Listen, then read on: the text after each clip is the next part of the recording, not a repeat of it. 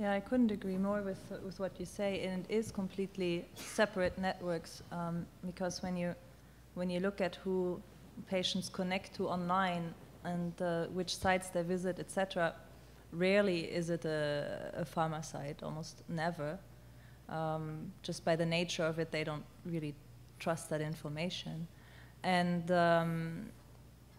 when you ask them, you know, what do you want from pharma, and they feel like, well, I have everything I need. I get that, you know, from my peers, and it's more credible to me than what pharma can provide. So I really think that's a huge opportunity in a way, because it means that if you as a pharmaceutical company can get in there and create those relationships and provide that value to the patient earlier than your competitor, you're really in a favorable spot. I would just add to that, I think any of the pharmaceutical companies that currently have relationships with patients that are out there, your patient advocates, your bloggers that you're in touch with through your PR efforts, talk to them and explain the situation to them and get them involved. They would have a stake in this, and I guarantee you the FDA is probably more interested in what they have to say than what pharma has to say in some respects. That's the FDA's perspective, is consumer health, public health. So I would definitely have that conversation with your advocates if you're able to. We've got one question here. We've spent a lot of, or you've spent a lot of time talking about the FDA with social media, and I'd like all of you to comment on, you know, how that may differ in Europe, and what's going on from a social media aspect there, what can and cannot be done versus the US, because at least I think there's several of us in here who are kind of global related. So that's why we brought our European colleague along. I guess that question's for me. Yeah, for questions. So there is no DTC in Europe. So in a way that hearing from the FDA is watched with great interest. In a way it is not. I think the adverse event reporting part is what's most important to us Europeans, because once there's clear guidance about what you have to report and what you have not to report, you're basically good to go in Europe, because you just do what you've always done, which is disease area awareness effort, unbranded efforts. So in a way it makes it easier, in a way it makes it more difficult and more frustrating, because obviously the information that European patients or patients non-US want is you know, more specific than what you can currently provide them. There's supposedly an EU commission that is looking at relaxing DTC rules for Europe, and they are in the building phase right now. The EU is rotating, so it will be interesting to see what's coming out of that. But there's at the moment a very big wait and see what FDA does sort of attitude.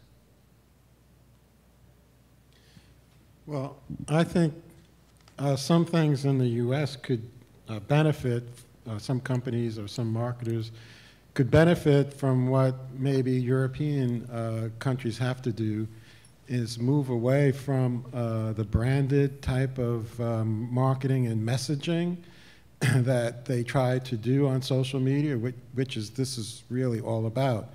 So, for example, there's been some argument of what's the best use of Twitter, for example. And Phil Bauman, I think it was, came up with 250 ways you could use Twitter for health communications and, you know, branded messaging. I'm not sure that was even one of them. And yet what you see pharma trying to do is always put across the branded message, even if it means working within 75 characters or 140 characters. That's all they want to do. It's like the brass ring on the carousel. When there's 200 other things that, you know, could be done that could help patients. So, you know, all this focus on the branded message is somewhat, you know, in a very small corner of the world of social media. No, I completely agree. And there's so much need that is expressed that once you start looking at what patients are saying, it's very obvious things that can do great impact. So it's not about, oh, because we're taking, the brand name out of it, we don't have any commercial impact. So a lot of it is about how do I get access to this product? I've been prescribed it, but now it's very complicated to actually fill my prescription. When should I change doses? And they are exchanging valuable information on, you know, adherence, etc. But boy, if you could just be there at the right moment with the right information, you could drive adherence like you've never done before. You know, information on outcomes, on how that drug is actually used and how efficient and effective it is. So lots of uses in social media to be explored beyond pushing your brand message, which will not work in that space. As we just said, you know, patients have their information, they get what they want, like, and need. You know, your branded tweet more or less is not going to bother them. All right. Next, any other volunteers? Did we kill the conversation because we took the brand out of it? Is that it? No brave souls? All right, then I get to ask them.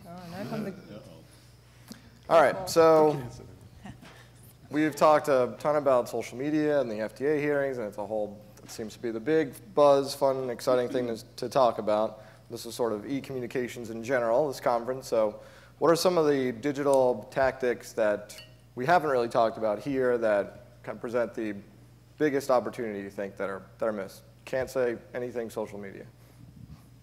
Okay. Unless you think it's the biggest opportunity. Well, I tend to agree that the pure focus on social media does do a disservice to some of the other channels that are out there within the digital space specifically.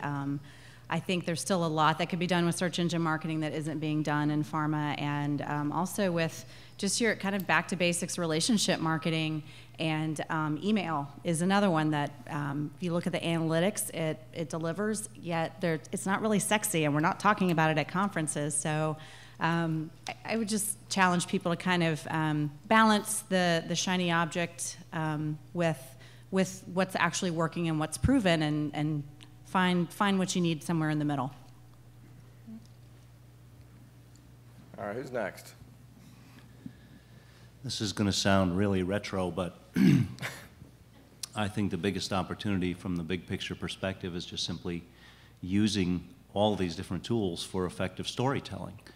And when you have patients telling the story of what has been done for them through a certain treatment or by the efforts of a certain company, when you have a patient or a doctor telling a story of treatments that work, when you have a company telling its story about the development of a drug, and many pharma companies just don't do this job well. Some have started to do it, and this is not a big leap. It's already being done on YouTube. It's already being done in certain advertising campaigns.